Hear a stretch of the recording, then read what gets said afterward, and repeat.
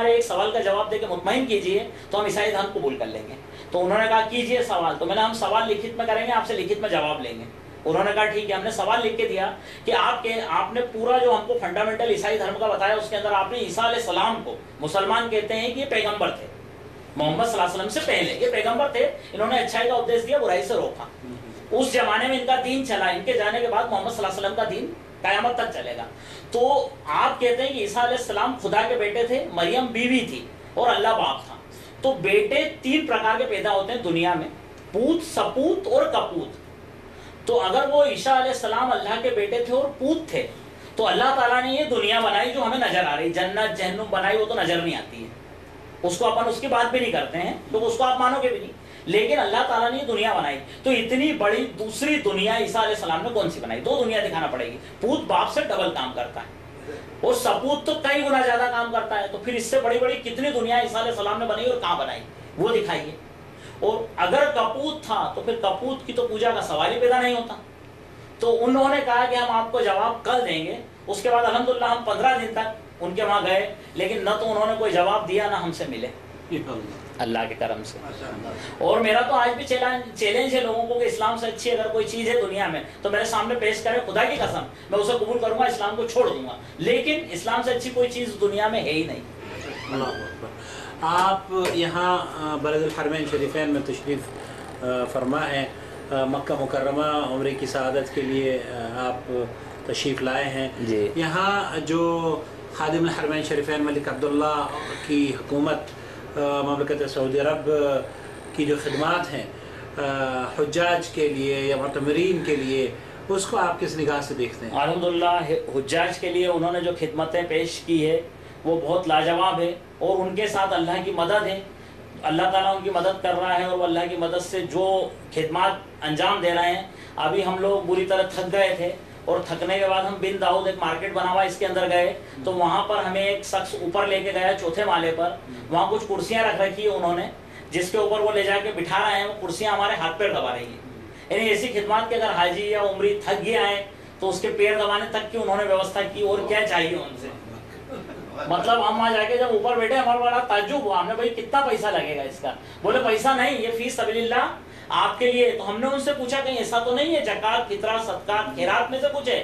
کیونکہ ہم لوگ صاحب مال ہے, خود زکوٰۃ نکالتے ہیں. انہوں نے کہا بھائی یہ زکوٰۃ, صدقات, فطرہ, خیرات نہیں ہے, یہ جو ہمارے مکہ اور مدینہ کے جو امیر ہیں ان کی طرف سے آپ لوگوں کی خدمت میں پیش کیے. اس کے بعد انہوں نے کچھ سامان ہمیں دیا, مطلب سمجھ لیجئے کہ 2-4-5 آئٹم ہیں. اس کے بعد کچھ بسکٹ, کچھ کھانے پینے کا سامان بھی ہمیں دیا, اور بولے آپ روز یہاں آئیے. تو یہ خدمات کوئی کم نہیں ہے. اس کے علاوہ یہ ہزاروں لیٹر جو زمزم نکل رہا ہے, پھر اس کو باٹلوں میں بھر کے پلانا, جو حرمین کے اندر اتنی لیٹرین باتھ روم میں بنی ہیں جن کی صفائی کروانا, اتنے صفائی کرمی لگے ہوئے ہیں. حجاج کے لیے آنے جانے کی اتنی ویوستھائیں انہوں نے لگا رکھی ہے. مینا, مزدلفہ, عرفات میں جو ویوستھا کرتے ہیں الحمدللہ بہت سراہنی ہے ان کی ساری ویوستھائیں. اللہ رب العزت ان کو اور اس سے زیادہ کرنے کی توفیق عطا فرمائے. آمین آمین آمین. بہرحال یہ بہت ایک نئی بات آپ نے شیئر کی ہے ناظرین کے ساتھ, ہمارے ساتھ خود, اور یہ ایک اچھی بات ہے کہ امیر مکہ صاحب سمو الملکی امیر خالد الفیصل, اللہ ان کو مزید دین کی خدمت کرنے کی توفیق عطا فرمائے. آمین آمین. اور جو وہ کام کر رہے ہیں اللہ رب العالمین انہیں صحت و عافیت سے رکھے اور شرف قبول عطا فرمائے. آمین آمین. یہ فرمائیے جو یہاں کی دعوتی سرگرمیاں ہیں سعودی عرب کی, ان سے آپ تک پہنچتی ہیں یہاں کی آواز؟ دعوتی سرگرمی کی آواز ہمارے پاس اس کے ذریعے پہنچتی ہے. یہ جو سینٹر بنا ہوا ہے جدہ کے اندر اور ریاض کے اندر, وہاں سے پہنچتی ہے برابر. وہاں سے ہمارے پاس کیسٹیں آتی ہے, سیڈیاں آتی ہے, جن کو کہ ہم لوگوں کو بتاتے ہیں. جیسے آپ سمجھ لیجئے کہ قریب 20 سال پہلے میرے پاس آڈیو سیڈیاں آئی تھی سعودی عرب سے, معراج ربانی صاحب کی اور بھی دوسرے صاحبان کی. اس کے بعد ویڈیو آئی, اس کے بعد سی ڈی آئی ہے, اور وہ ساری کی ساری ہم یوز کرتے ہیں, لوگوں تک ان کو دکھاتے ہیں اور لوگوں تک اس کو پہنچاتے ہیں, اور لوگوں سے اس سے لوگوں کو فائدہ ملتا ہے. الحمدللہ جو جالیات جو کام کر رہی ہے سعودی عرب کے اندر وہ واقعی قابل تعریف کام ہے. الحمدللہ. ہندوستان کی سطح پر یا عالمی سطح پر اگر آپ دیکھتے ہیں کہ جتنی بھی قومیں, تنظیمیں یا مذاہب یا دین یا ادیان موجود ہیں, ان سب کے ٹی وی چینلز چل رہے ہیں. آپ اہل حدیث ہیں, اہل حدیثوں کی ٹی وی چینلز کی ضرورت آپ محسوس کرتے ہیں؟ بہت زیادہ محسوس کرتے ہیں. ہمارے وہاں تو اہل حدیث کی تو ٹھیک ہے پیش ٹی وی بھی نہیں چلنے دیتے ہیں, کیونکہ ہمارا جو شہر ہے اندور وہ بریلویوں کا گڑھ ہے, وہاں پر بریلویوں کی اکثریت ہے اور انہوں نے پیش ٹی وی تک نہیں چلنے دی ہے. یہ حالت ہے. پیش ٹی وی تو دور کی چیز ہے. ایک جگہ ہم نے ابھی مسجد بنائی تو انہوں نے مسجد تک توڑوا دی تھی, بہت جھگڑے ہوئے اس کے لیے, اور الحمدللہ اب کوشش چل رہی ہے کہ واپس اس کو ہم چالو کریں گے. تو ہم تو کیا, وہاں دیوبندی بھی پریشان ہے, مطلب اندور شہر میں جہاں پر میں رہتا ہوں. اور میرا یہ ماننا ہے کہ ٹی وی کی تو سخت ضرورت ہے, کیونکہ آج کا جو ماحول ہے اور آج کے جو ماحول میں ہر آدمی اپنے دین کی دعوت و تبلیغ جس انداز میں کر رہا ہے, اس انداز میں ٹی وی, کمپیوٹر, یہ جو جدید تکنیک سے جو ذرائع بنے, اس ذرائع سے ہمیں بھی دعوت تبلیغ کا کام کرنا چاہیے. اور اس کے لیے اگر کوئی چینل چالو ہوتی ہے تو ہندوستان کے اندر بلکہ اندور شہر میں میرا آپ لوگوں کے ساتھ بھرپور تعاون رہے گا انشاءاللہ. انشاءاللہ. آپ یہ فرمائیے کہ یہاں کی ایک تو دعوتی سرگرمیاں ہیں اور ایک ہندوستان کی دعوتی سرگرمیاں ہیں. آپ 20-25 سال سے اسلام اور مسلمانوں کے درمیان رہ رہے ہیں. ان دونوں کو اگر آپ کمپیئر کریں تو ہندوستان کی جو دعوتی ایکٹیویٹیز ہیں اس کو کس نگاہ سے دیکھتے ہیں؟ دعوتی ایکٹیویٹیز تو یہاں کی زیادہ اچھی ہے. ہندوستان کی بھلے ہی کمزور ہے, لیکن ہندوستان میں دعوت و تبلیغ کا جو ہم لوگ کام کر رہے ہیں وہاں ہمیں آپ سے زیادہ پریشانیوں کا سامنا کرنا پڑتا ہے. اس کا کارن کیا, وہاں ہمیں سب سے لڑنا ہے.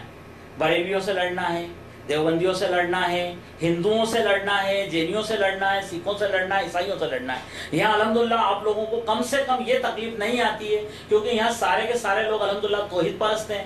اس لیے آپ کو دعوت و تبلیغ کے کام میں, توحید کے کام میں کوئی روکنے والا نہیں ہے. ہمارے وہاں روکنے والے زیادہ ہیں, کام کرنے والے کم ہیں. آپ لوگ ہمارے لیے دعا کریں کہ اللہ رب العزت ہمارے اس میدان کو آسان کرے ہمارے لیے, اور دعوت و تبلیغ کا جو ہم لوگ کام کر رہے ہیں الحمدللہ 800 ہوئے اور اللہ سے 8000 ہوئے, اور اللہ سے دعا کرتا ہوں کہ پورا اندور شہر جو ہے تو توحید پرست ہو جائے اور صحیح دین پہ آ جائے اور قرآن حدیث پہ چلنے والا بن جائے. صحیح طریقے سے قرآن حدیث پہ چلنے والا بن جائے. بس اللہ سے میری یہی دعائیں. آپ کے بچوں کا کیا رجحان ہے, ان کا کیا, وہ آپ کے ساتھ دعوتی سرگرمیوں میں مصروف رہتے ہیں؟ الحمدللہ میرے بچے بھی دعوت کا کام بھی کرتے ہیں. الحمدللہ 2 بچے میرے ساتھ بزنس میں لگے ہوئے ہیں. بزنس کے علاوہ ہم لوگ دعوت کا کام کرتے ہیں, کیونکہ ہمارا بزنس کنسٹرکشن کا ہے.